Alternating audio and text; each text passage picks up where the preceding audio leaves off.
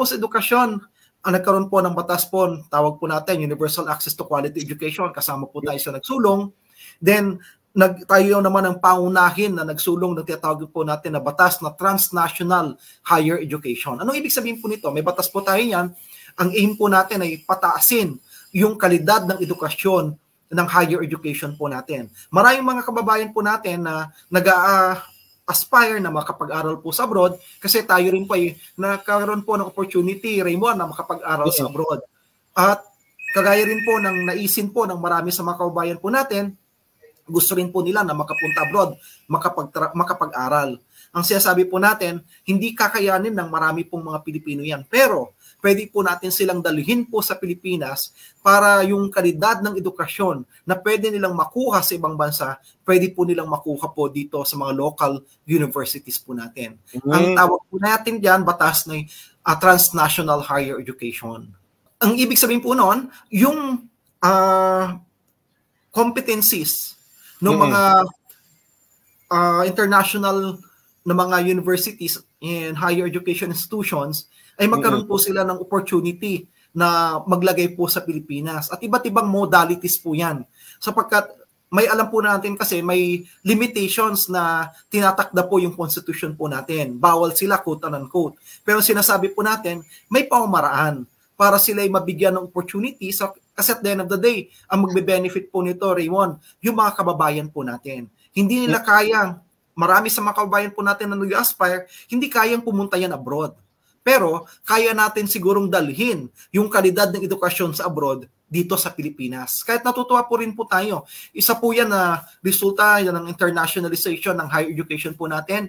Nakikita po natin mas maraming nagra-rank na mga universities and colleges po ngayon. Isa po yan na nakikita po natin na konkretong ebidensya that this particular law na sinulong po natin ay may resulta. Ngayon, ang sinusulong po natin... Kasi practical nga, tipid pa, mas maliit yung gastos dahil dadalhin na natin yung mga international professors or instructors para dito na magturo. At ganoon din yung magiging quality, parang international level yung kanilang mapag-aralan. Tama ka doon, Raymond. Yun po yung isa sa pangunahin na objective po nitong batas po nito. And related po dyan, ngayon pinag-usapan yung expansion po ng IGASP na tinatawag. Ito yung suporta na ibinibigay ng ating gobyerno sa mga private schools, particularly in the basic education. Alam natin, Raymond, napansin po natin na maraming nagsasara ng mga eskwelahan.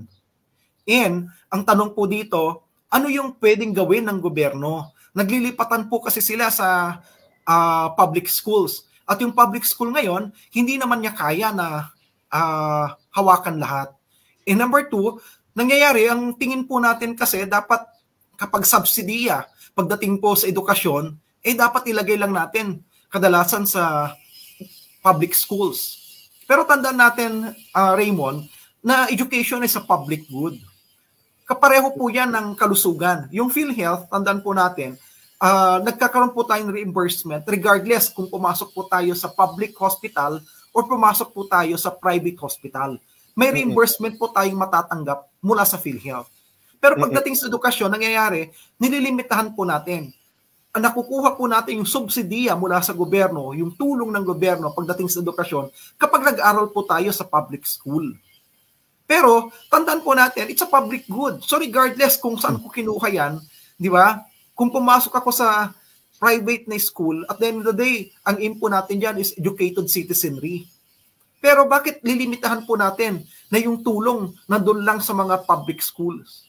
Kasi sabi po natin, lawakan natin, lakihan po natin yung pondo na ibibigay natin sa private school. Kasi at the end of the day, ang option, ang choice dapat nandun sa mag-aaral, dun sa estudyante. Kagaya rin sa health na aspect. Diba, sa universal healthcare, regardless kung saan ka pumunta, sabi ko kanina, public hospital o private hospital, may suporta ang gobyerno. Ikaw ang pumili kung saan mo gusto. Kung mas maganda dyan sa tingin mo, then maganda yung serbisyo nila, then may support na ibibigay yung gobyerno sa iyo. Ngayon, pupunta tayo doon sa tanong mo kanina, mahaba. Yung